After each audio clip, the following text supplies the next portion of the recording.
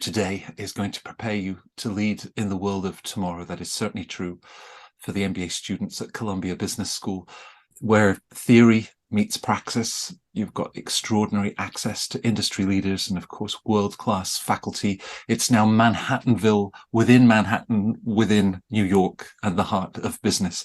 And forgive me, viewers, if I have just a constant smile on my face for the next 20-25 minutes. But I'm with Michael Robinson, and Michael, the Assistant Dean Admissions at Columbia Business School himself, from the class of 2001, and it is always a pleasure to see you, Michael. Lovely to have you with us. Yes, so one slight correction, I'm an Assistant Dean of Engagement, so I'm more a Senior Director of Admissions, so I want to clarify that, right? So my role is evolving. I've been at Columbia now for a little bit more than 20 years.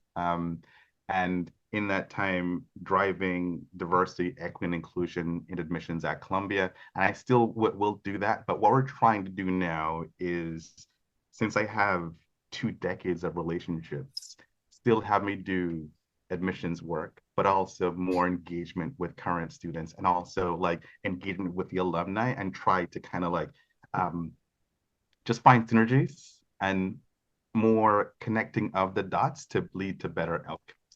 Right. For any of you that head to Columbia to begin your MBA, there will be great excitement to meet your classmates, of course, but do look for Michael. He is one of the first people that you will want to engage with. Now, we mentioned you have yourself an MBA from Columbia Business School from 2001, so are able to look at the school from all dimensions, including now this wonderful campus. What is it that makes Columbia such a special place? This may sound cliche, but I think it starts with the people. Based on where we're located, it's very fast-paced, globally focused, dynamic environment, and it tends to attract a certain kind of person that loves that fast-paced, dynamic environment. The people in our class like being around people who are different. So you'll have people from like 40 different countries, but then some of the best stories that I've always heard is someone in my cluster was from India. I'd never been to India, but the person invited me to this wedding, and it was the biggest wedding I ever saw, and so on, and to be a part of, and so on. So those are the kind of stories where fast-paced, dynamic, globally focused, but we attract that kind of person, and that's kind of what I think about when I think about our students and I think about our alumni. It's a place where people get challenged, a place where people get tested, and a place where people get better. I think we overuse the word network. The word I like to use is people develop deep and lasting friendships, which to me, in essence, are the most powerful network, where it's not a transactional relationship. It's based on something that's deeper, more sincere, and more genuine. Well, your career at Columbia over the past 20 years has had this focus on diversity, equity, inclusion, and you immediately speak about that diversity that you attract into the program, whether for the program starting in September or the J term that begins in January every year. So diversity really is a cornerstone of the Columbia MBA. How would that be reflected in the most recent incoming class? How do you like to look at this idea of diversity? We look at it very broadly. So it's a globally focused view of diversity. So you'll have people from 40 to 50 countries in each class, speaking dozens of languages. So that's one piece, but it's also like diversity of worldview as well. So let me give you an example. There's this class, one of my favorite classes, that started in the last like 6 or 7 years, Bridging the American Divide. So when you think about all the hot button issues that are part of the American conversation, that's the key focus of this class. And based on the lens that you look at an issue, people tend to just only see issues from that lens. But the professors, Bruce Usher and Todd Jake, who are fantastic professors. So Bruce Usher leads our sustainability efforts, and Todd Jake is one of the best leadership professors that we have in the class, right? So in the school, so we have these two professors who are dynamic, but are really skilled at managing difference and difference of opinion, right? Especially when you're dealing with hot button issues around race, around economic class, about what should we do about the opioid crisis. Now, there may be people on this call who say, but I want to do X. What does that have to do with me, right? But I remember reading an interview with Bruce Usher some years ago, and he and I'm paraphrasing now, but he spoke about the fact that sometimes what is good for business is not always good for individual communities, right? And I try to tie that into thinking about empathy, right? So our graduates, in fact, all the graduates of top schools and other schools and as well, at some point in their career may have to lay off people. Mm. How do you do that? Mm. Um, will you do that with empathy, or will you make choices that hurt people more than you have to? What's the way, right? So this idea about dealing with people who think differently than you, different points of view, is something that I think we all have to get better at, because if we get better at that, it makes our society better. And you spoke about our new building. So the two new buildings, Giffen Hall and Travis Hall, with the underground tunnel that connects both. It's a wonderful building, and it may be the most expensive business school on the planet. So north of $500 million, close to 600 million US dollars. So it's pretty expensive, and it's part of this $6.5 billion expansion. And if you take the train uptown and get off at 125th Street, you can literally see maybe about $1.5 billion dollars of investment that's already been spent, and our buildings are up and fully occupied and so on. But then on the other side of the train tracks, you can see public housing, Mm. right? So then what kind of citizen will Columbia be? You know, how are we going to engage with the larger community in a way that's deeply respectful, but a way that's additive? And the thing I love about our school, if you listen to someone like a Professor Dan Wang, who is the co-head of our Tamer Center, he's one of our best management professors, best management strategy professors, very popular poets and quants, under 40 kind of professor. But he talks a lot about the importance of inclusive entrepreneurship. And when he talks, it's about like, no, it's not about Columbia being saviors for the community that surrounds us.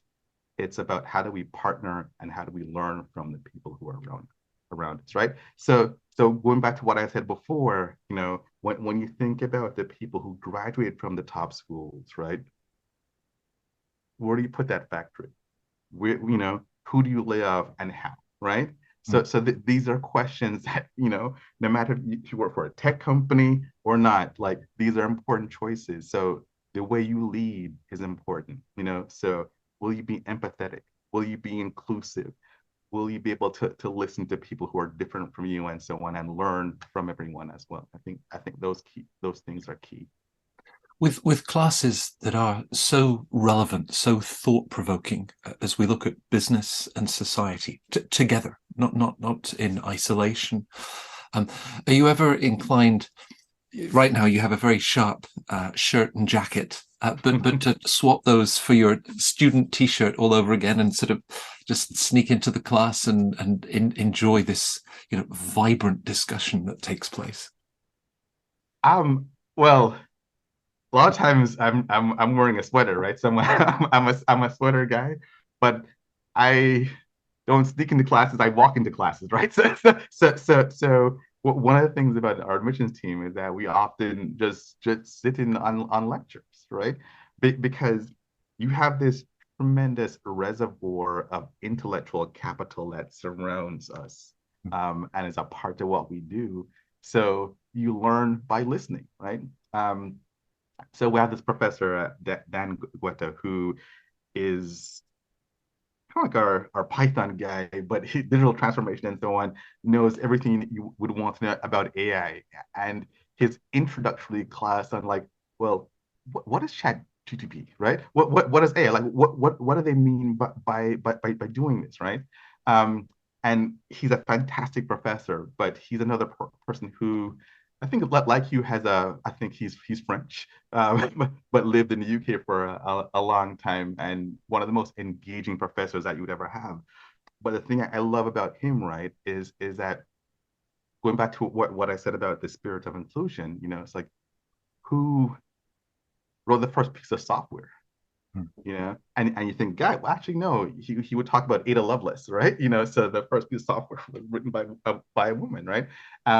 Before there were computers, but that's something that's a fact that people may not be aware of.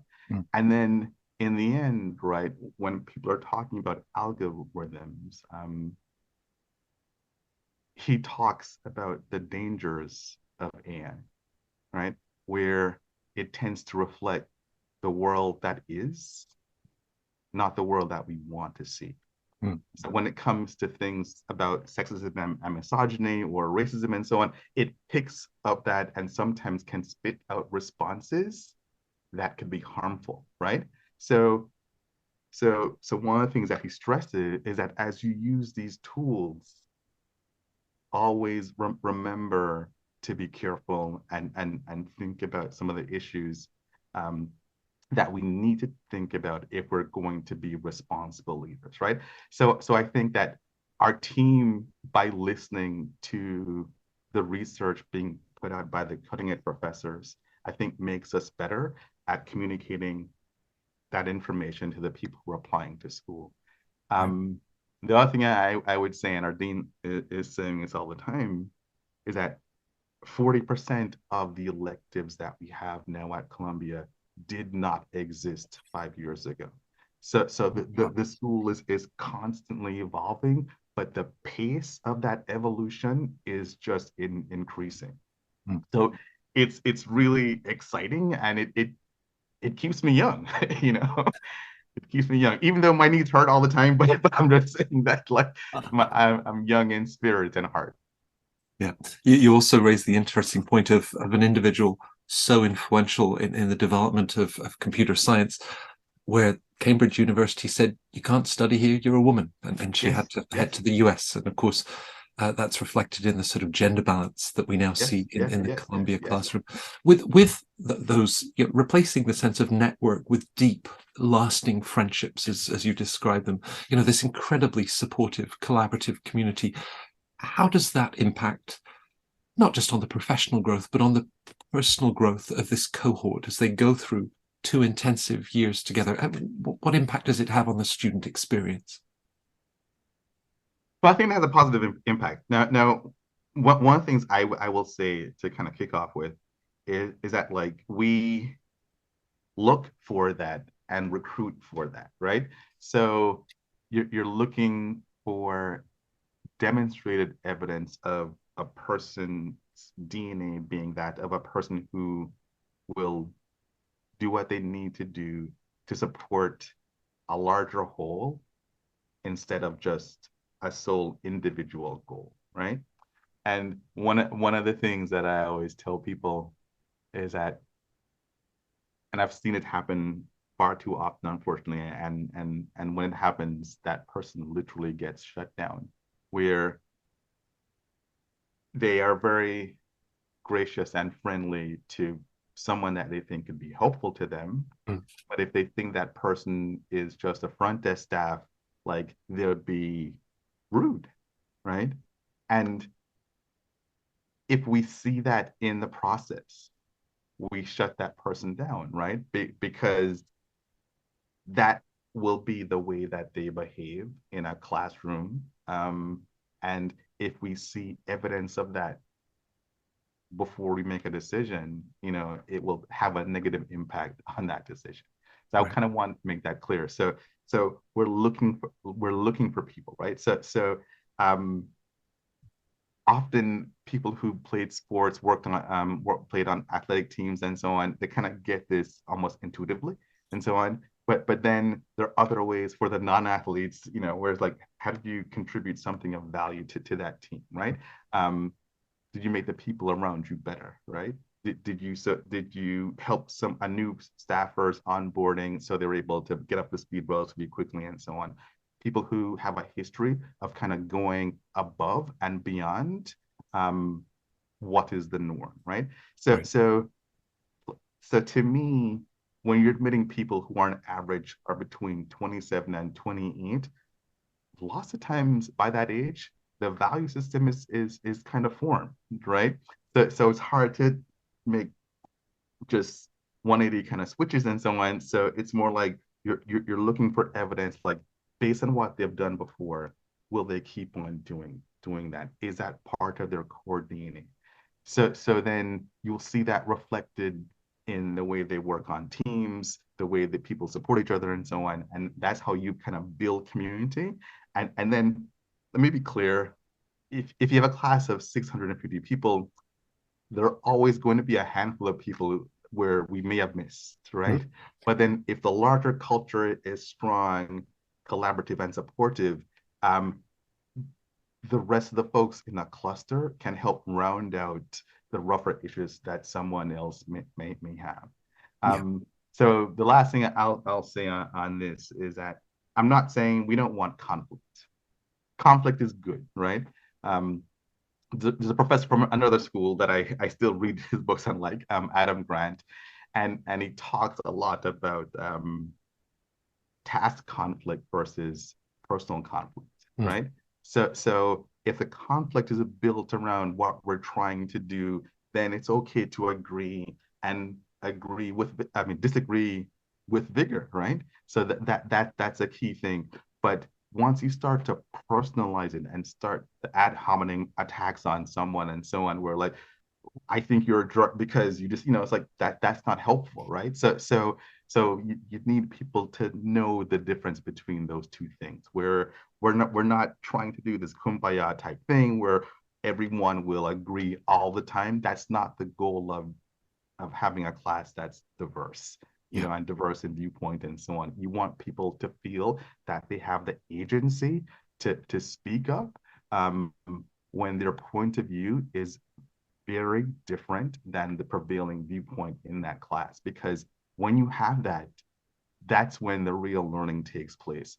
And even though I went to Columbia a little bit more than 20 years ago, there are things I remember, where you're talking in a class, and then the person from Russia says, well, where I'm from, we'd have to take this into account. Mm. And then the person from Nigeria says, well, and we'd have to do this and so on. And then, when you have that kind of conversation, then the learning in the class, it just starts to accelerate, right? And that's what you want to see because we're learning from each other. Right. And in an increasingly polarized world, to be able to Yes, foster that dialogue, the respect of another's point of view yes, and how that will yes. enrich the And let me discussion. be clear. Let me be clear. It is hard. It Yeah. is really, really hard. And I'll keep this very personal as well. We go back more than 20 years. So some people know that I used to work in the music business. So I'm a 90s hip hop guy. And I remember being in my early 20s, and there was this very high profile pastor in New York who was really angry about the language that was in hip hop songs at the time. And he literally got a bunch of CDs. It was a public relations stunt, right? Bunch of CDs, and he had a steamroller, and he drove the steamroller and crushed the CDs, right? Um, they didn't have the term cancel culture then, but Mm. but essentially it was the same thing. And then because I was really young in my 20s, like, well, this person is over 40, so we can't trust him anyway, and so on. So um he doesn't get us. Let's just go on and do our thing. But the reality, though, is that like as someone who's now a parent, there were lyrics that in hindsight were questionable, right? And maybe there is value in the parental advisory sticker, which didn't exist when I got into the music business and so on. But these are places for conversations, right? So again, it's like we were kind of talking past each other, where we both had lessons to teach each other.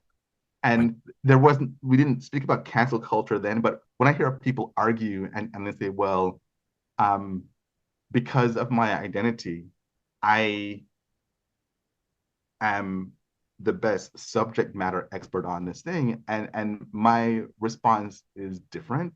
It's more like, expertise comes from learning, from study, from experience, and so on. So yes, the lived experience can be important, but it's not the only thing, right? So I think it's unfair if someone looks at a person and says, okay, well, you're a woman, which means you know everything about issues that affect women. That's too much of a burden on that person. Or you're from India, so you must know. It's like not necessarily, right? So sometimes I think people are quick to make assumptions about folks. So I think because we're more polarized, it's just much more difficult. But the thing is, we still, as administrators and as faculty members at our schools, we still need to find ways to engage folks around difference, because we're always trying to get to a place that fosters greater learning and greater understanding. Right. So engaging that difference, and I think both of us have shared in the past how reductive sometimes the notion of an average can be. Schools such as Columbia every year will publish their MBA entering class profile, average age, average GMAT scores, average GPAs. It'll have percentages of women and international students, but doesn't capture all of those unique, distinct, individual stories that you and your team work so hard to craft that diversity. So can you take us beyond those data points that are typically in a class profile to perhaps explain to our viewers how to best look at a snapshot like that and not to be too attached to the averages? Yeah. So, and I like the word you said snapshot, right? And indeed it is. So people, I think, over focus on averages, and instead they should focus on the range of people who get admitted. So the range that you'll see is really, really high, right? So the process of review is very holistic. So we do look at everything. The thing, though, is that when I think as a review of file, there are some questions that I always ask, right? One is, am I confident that this person, this candidate, is going to be successful in our class academically? Right. Now, sometimes when you look at a single data point and you see a GPA number, sometimes there's a story behind that. So if you're a young person going to college and something happens to a parent or someone that's really important, a really important part of your life, you will literally see the impact of that in that semester or the semester behind that. So family illness or even personal illness and so on. So the number says this, right? But sometimes there's a story behind that number, right? But still elsewhere though, you still need to see evidence of academic potential. Now, it's a much more difficult argument to make if, well, I struggled every semester, right? Right. So then let me, so then that's harder, right? But let me be clear, there are people in our class who struggled every semester.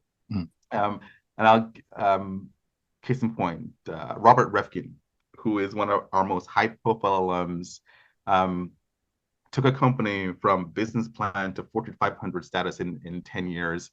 So last year, he's one of 6 African-American CEOs. He was on the Fortune list for like the 10 youngest Fortune CEOs and the 5 most inspirational. He was a straight C student, right? Always, right? But the thing is, even as a young person, he was doing some amazing things as professionally and personally, where academics weren't his thing, but he was always a builder of enterprise, and like the youngest person hired at McKinsey, just doing things, and just this amazing person. But that was never reflected in grades. I'm not like I'm not oversharing because he wrote a book about his experience and so on. So this is public. It's in the public forum. I wouldn't talk about anyone's grades or test scores. But if you write a book, then it's I'd say this, then it's open game. But he would never say that he's the best student, right? But if you look beyond the academic piece, you see this powerful, compelling offset, right? So you look at everything, but to me, the most important factor though is, can this person achieve their goals at a high level? Has the person done some really thoughtful reflection and have a real sense of the gaps that they have? They have a real sense of the ecosystem that exists at Columbia that will help them close those gaps, and they kind of talk to it. So when you read the application, you get a real sense that, okay, well, they know what they want to do. They have a very clear sense of how our school can help them. So they're going to be pretty intentional about the approach that they take academically, the classes that they take, the relationship that they make with professors, and the professional and personal clubs that they join and so on, or social clubs that they join. So you really get a sense that this person is going to be all into the experience and they're going to maximize that experience. Right. I think that's kind of key, right? So sometimes the grades are there, you can't, they're done, right? We can't go back, right? But then do we have some really powerful, compelling offsets? So when I go to committee, or when anyone from the committee and we're having that committee meeting, it's like, yes, lower than average test score or GPA, but look at this, right? Look at this other thing where this person has the potential to be this national leader in her chosen space. Right. So, and to me, that's the most important thing, because 20 years from now, no one is going to ask you, hey, Matt, what was your GMAT score, 25 years ago? It's like, but they'll care deeply about the life that you live, the impact that you had, and the leader that you were and are, right? So that's the key thing. And to me, that is kind of where the rubber kind of meets the road, right? That's the most important thing. And then because I kind of spoke about two risk factors just now. The third risk factor that I really look at is, how is this person going to blend in to our collaborative and supportive community and so on? And again, active and involved and so on, they're going to take full advantage of everything around them. They play nice in the sandbox. They have this history of helping and supporting other people. Yeah. Well, if you ever write a book, I shall line up to get a signed copy. But for now, I have you on video because I think the perspectives you share, I think you also capture very well the task that you and your colleagues in the admissions office at Columbia set yourself. I mean, you've said, if we're really doing our job well, we will dig deeper and identify perhaps someone who's taken a tough road. They didn't have a red carpet rolled out to them. So perhaps just saying to our readers, the work that you, Michael, and your colleagues do, I mean, you're incredibly invested in that holistic assessment.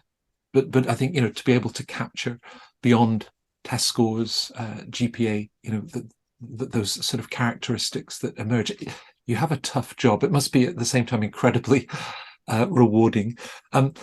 With that voice, as an individual puts together a very personal and thoughtful application, there's also the voice of recommenders. It's perhaps a question that you get often, this opportunity to have somebody that speaks to, Robert. You could see from the age of 14 that there was something that was driving him, making him tick.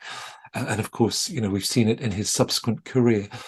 What is your advice to applicants in terms of choice of recommenders? What do you hoping that that voice will capture?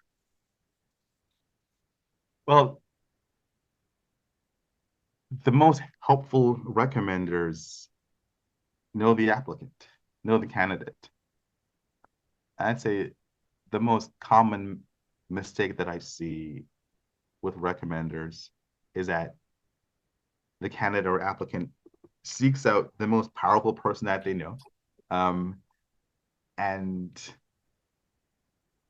that's the person who writes the rec. And it's like, like I know Michael, but he's a nice guy, and there's no depth behind it. It just seems like, okay. So yes, they have this powerful connection, but it wasn't really helpful. So one, does the person know you well? Two, does the person know why you want an MBA? Does the person know why this school is important to you? Can they speak to your potential as a leader, period? Can they speak to your potential to be successful on the path that you outline in the application? So one of the things about this process, right, is that oftentimes the time that we spend with the applicant, it's almost like this two-dimensional thing, that we're looking at on a screen, but we don't hear your voice. Mm. Often we've never met that person, and because we've done this for a while and so on, sometimes we can make assumptions about this, or like, okay, well, typically people get promoted at this rate and so on. This person is ahead or behind, or without having the proper context. So sometimes the recommenders can provide very important contexts that help us get to know that applicant a bit better. Yeah. And especially if they can really provide powerful examples where the rec says, I have been in this space now for 15 or 20 years. Matt is one of the best I've seen. Let me tell you why.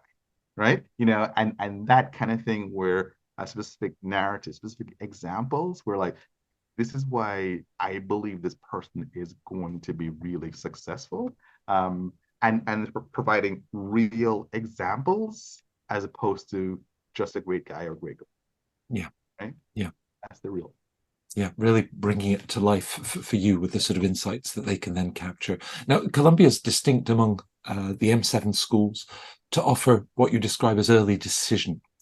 And it's the idea in the annual admission cycle to apply typically before the first week of October, thereabouts. Mm-hmm. And make a firm commitment to Columbia. Can you just talk viewers through it, because it is distinct, and why for certain candidates you would recommend that option? Well, and we also have rolling decision, right? So true, that's true. And I want to kind of start there, right? Because rolling decision essentially means that we read and review the applications in order that we get them. Every fall, we first start with the people who applied early decision. So it literally gives an applicant the opportunity to get themselves at the head of the line. Right. Now, let me be really clear about this, because I want to kind of also speak about it in the context of diversity, right? Because there is an additional cost when people apply early decision, right? So the deposit that you pay is about $6,000 and so on. So it's much higher than the typical deposit, and sometimes there are people where they can't afford that, right? So most people do not apply early decision or first round for other schools and so on. We see the bulk of the applications come January and so on. Right. So for me, the thing that all of us are aware of is that like some populations may not have the resources to make a bigger deposit before they know what their financial aid outcome is, right? Yeah.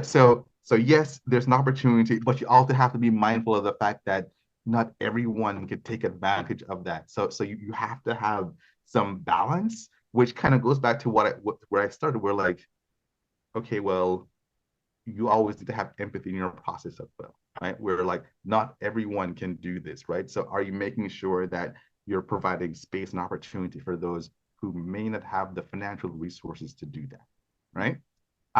Now, if you look at the class though, everyone, well, not everyone, but a lot of people who apply to the very top programs tend to work for firms where they're already doing pretty well and so on. So some people, the financial commitment is not a thing for them based on the salary that they make as a bank or as a consultant and at McKinsey or whatever and so on. So it's fine, but we just also have to be mindful that not everyone can do that. So you have to make sure that you have fairness built into your process as well.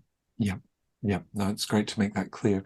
Also an option, but this is more aimed towards college seniors, perhaps someone that's still in an immediate follow-on of graduate study, deferred enrollment. And the idea of securing your place at Columbia in anywhere between 2 and 5 years further down the road. What do you, Michael, see as the benefits for a student who hasn't yet entered the workplace in a full-time role to know that they would have that place at Columbia set aside for them? Yeah, so you heard me talk before about being intentional and applying, and I also talk about applying when you're ready. I'm a graduate of Columbia Business School. If I'd applied as a senior, I just wouldn't have a clue, right? And my life turned out fine, right? But there's some folks who are the planners, and they kind of got things together, always working on their internships and so on, and kind of figured it out by the time they're 20. I'm also a parent and so on, and a lot of folks didn't figure it out by the time they were 20. Like that wasn't my story, right? But it took me longer. So the thing I want to make clear, right? Because like, well, if I applied, it didn't really work out, that means I can never get into the school. Like, no, I mean, no. Because sometimes it takes people longer to kind of figure things out in terms of, this is why I want the MBA. This is the path I want to take, and they have like that goal clarity and so on. So everyone has their own path. But if you're that person where you've been doing really good internships and so on, and you've kind of figured it out, and you graduate, and very often you have already targeted a great firm that you're going to work for and so on, that will really help develop you professionally, then that person should really think about the deferred enrollment program, because you have this wonderful opportunity in your back pocket if admitted. We hope that because of that, they may take more risk in terms of, well, maybe I join a startup and so on, so maybe I'll do something to stretch myself because I have this wonderful opportunity like already secured that I can start at a great business school in 2, 3, 4, 5 years from now, right? So that's the thing where for some people, the planners, the people who just kind of figuring out their life a bit earlier than others, it's a wonderful opportunity where they can get this thing in their back pocket. The thing I will say that like most people take a little bit more time, and that's perfectly fine. Right. And also to be clear that if you do apply through deferred enrollment and you're not admitted at that point, you can apply in later years and there's no downside. Yes. There's absolutely no downside, right?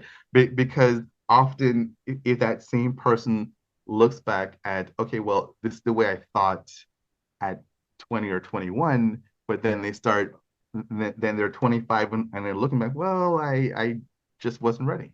I'm ready now. So that college senior or full-time graduate program, but later on, someone in their mid-20s or now has 6, 7 years, and hadn't been sure that business school would cross their path. There was no destiny that they would go to business school. It's not for everybody, and the MBA would feature in their future plans. What is your advice, based on both personal experience, but of course all of the wonderful, talented individuals that ultimately then join you, who probably show up on first day and said, Michael, to think I'm here today, I nearly didn't apply to business school, and yet here they are. What is your advice to to look at the MBA as an option, and in fact a great option? Well, there's a saying that is not original, but I heard it once before and I love it. No dream school is just dreams, right? And it's like a mantra that I love, right? Um, Now, I think it's important to be thoughtful, reflective, and intentional, right? So if you have a real sense or real understanding of what an MBA can do, where like in terms of being a better leader, in terms of understanding modern finance and how to value a company, how to build and scale a company, and so on, you get some amazing core skills that can help accelerate a career, right? Um, Now, but know that we know that there are people where they get that from other sources, right? So you have to like ask yourself tough questions, and you have to say to yourself, okay, well, am I ready to invest in this professional development opportunity? Um, will having access to this broad network of 50,000 people all across the globe who are more likely to be CEOs than people in other professions and so on, then is that really central to what I want to do? I think it's helpful to lots of people. And as someone who's basically also worked in the nonprofit space for a long time, that there are folks that think that with better leadership, we can have more effective organizations across the board, right? So does a deeper understanding of management theory help you? Does a deeper understanding of the changes in modern finance, does that help you? Does a deeper understanding of how sustainability will affect your business, will that help you? So in terms of like public-private partnerships, like so to me, I think the MBA helps most people, right? And people say, well, he's kind of biased, right? That's fine, right? But that's why I keep on going back to do this personal reflection, right? And then because we're having so many virtual events now where you can get to listen to narratives of alums and they will explain how the MBA actually help accelerate their careers and so on. So then I think it's okay to be skeptical and to listen because it's a big investment, right? And so something, I think the benefits outweigh the costs. I'm going to go ahead, right? And we are here to talk to you as well. We're here to listen, and we have current students also available through our Harmony Society. We have alums that will be helpful to you as well, and so on. So again, there are many ways to engage with our office, many ways to engage with our students, many ways to engage with our alums, and so on. Many of the events are public and they're virtual. So no matter where you are, as long as you have broadband access, you can basically access the information and then be intentional about the choice that you make.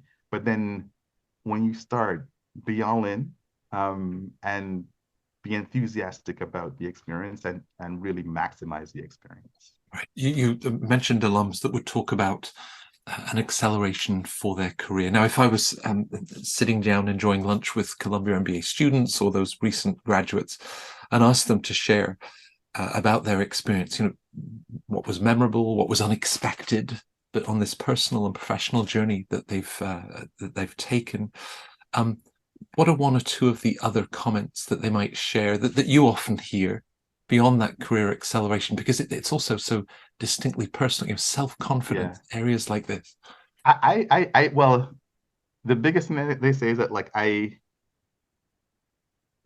community was a lot more supportive than I thought it would be.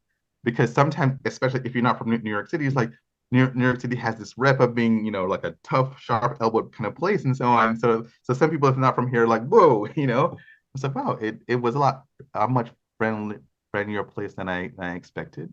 And then just challenged to do things in different ways, so that they learned more from their classmates and the professors, so that those are the two things. I mean, I really found the supportive community that surprised me.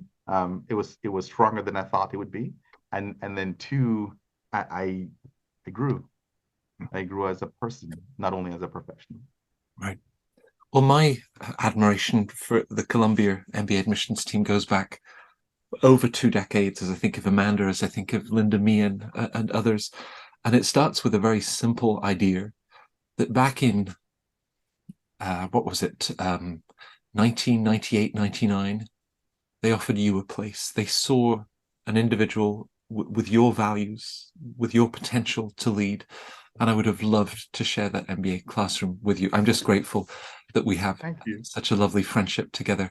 Michael, what we are able to capture in these sessions, I think, and for viewers who are their own individual stages and reflection in all of this, and you bring so much insight and encouragement, I think, for that self-reflection and the opportunity for growth. So thank you again for joining us at CentreCourt. Thank you so much for the opportunity.